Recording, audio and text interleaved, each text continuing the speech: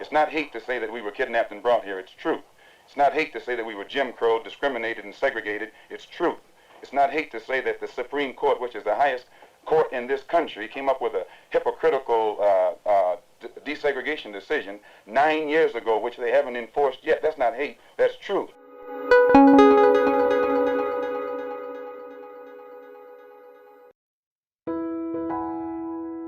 Malcolm X, born Malcolm Little, was an African-American Muslim minister and human rights activist who was a popular figure during the civil rights movement.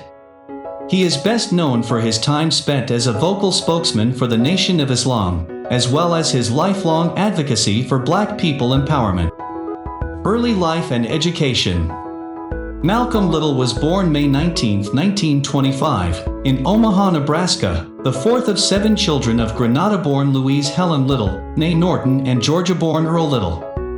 Earl was an outspoken Baptist lay speaker, and he and Louise were admirers of Pan-African activist Marcus Garvey. They inculcated self-reliance and black pride in their children. Earl was a local leader of the Universal Negro Improvement Association, UNIA, and his activities were said to be spreading trouble. He received threats from the Ku Klux Klan. The family relocated in 1926 to Milwaukee, and shortly thereafter to Lansing, Michigan. The family was frequently harassed by the Black Legion, a white racist group. Malcolm attended West Junior High School in Lansing, and then Mason High School in Mason, Michigan, but left high school in 1941, before graduating. He excelled in junior high school, but dropped out after a white teacher told him that practicing law, his aspiration at the time, was no realistic goal for a nigger. Later, Malcolm X recalled feeling that the white world offered no place for a career-oriented black man, regardless of talent. From age 14 to 21, Malcolm held a variety of jobs while living with his half-sister Ella Little Collins in Roxbury, a largely African-American neighborhood of Boston. After a short time in Flint, Michigan, he moved to New York City's Harlem in 1943, where he found employment on the New Haven Railroad, but also engaged in criminal activities. In late 1945, Malcolm returned to Boston, where he and 4 accomplices committed a series of burglaries targeting wealthy white families. In February of 1946, he began serving an 8 to 10-year sentence at Charlestown State Prison.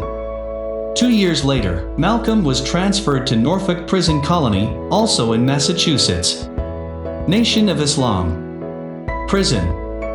When Malcolm was in prison, he met fellow convict John Bembry, a self-educated man he would later describe as the first man I had ever seen command total respect, with words. Thanks to the relation of Malcolm with Bembry and under his influence, Malcolm developed a voracious appetite for reading. At this time, several of his siblings wrote to him about the Nation of Islam, a relatively new religious movement preaching black self-reliance and liberation from white domination. Despite Malcolm's hostility to religion, he became receptive to the message of the Nation of Islam. Taking advice from his brother Reginald, he quit smoking and began to refuse pork. In late 1948, Malcolm wrote to Elijah Muhammad, the leader of the Nation of Islam. Muhammad advised him to renounce his past, humbly bow in prayer to God, and promise never to engage in destructive behavior again. Malcolm soon became a member of the Nation of Islam, maintaining a regular correspondence with Muhammad. In 1950 he began signing his name Malcolm X, for me. My X replaced the white slave master name of Little which some blue-eyed devil named Little had imposed upon my paternal forebears. Do you mind telling me what your father's last name was? My father didn't know his last name. My father got his last name from his grandfather, and his grandfather got it from his grandfather, who got it from the slave master. The real names of our people were destroyed during slavery. Was there any line, any point in the genealogy of your family when you did have to use the last name, and if so, what was it? The last name of my forefathers was taken from them when they were brought to America and made slaves. And then the name of the slave master was given, which we refuse. We reject that name today. You mean you won't even tell me what your father's supposed last name was or gifted last name was? I never acknowledged it whatsoever. By the late 1950s, Malcolm X was using a new name, Malcolm Shabazz or Malik el-Shabazz, although he was still widely referred to as Malcolm X. Early ministry. After his parole in August 1952, Malcolm X visited Elijah Muhammad in Chicago. In June 1953, he was named Assistant Minister of the nation's Temple No. 1 in Detroit. In March 1954, he expanded Temple No. 12 in Philadelphia, and 2 months later he was selected to lead Temple No. 7 in Harlem, where he rapidly expanded its membership. Besides his skill as a speaker, Malcolm X had an impressive physical presence. He stood 6 feet 3 inches, 1.91 m tall and weighed about 180 pounds, 82 kilograms. One writer described him as powerfully built, and another as mesmerizingly handsome, and always spotlessly well-groomed. Advocacy and Teaching.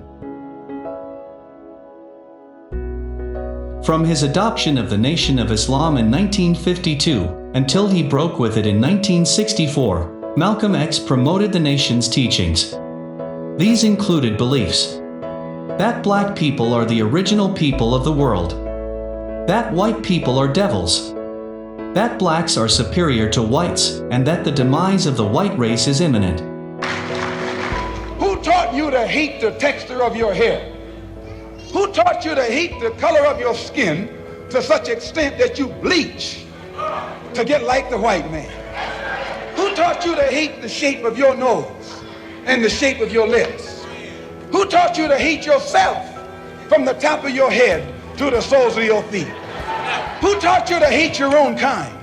Who taught you to hate the race that you belong to? So much so that you don't want to be around each other. No, before you come asking Mr. Muhammad, does he teach hate? You should ask yourself, who taught you to hate being what God gave you? He was critical of the civil rights movement. While the movement fought against racial segregation, Malcolm X advocated the complete separation of African Americans from whites. He rejected the civil rights movement's strategy of nonviolence, arguing that black people should defend and advance themselves by any means necessary. On March 8, 1964, Malcolm X publicly announced his break from the Nation of Islam. Though still a Muslim, he felt that the nation had gone as far as it can because of its rigid teachings. Philosophy.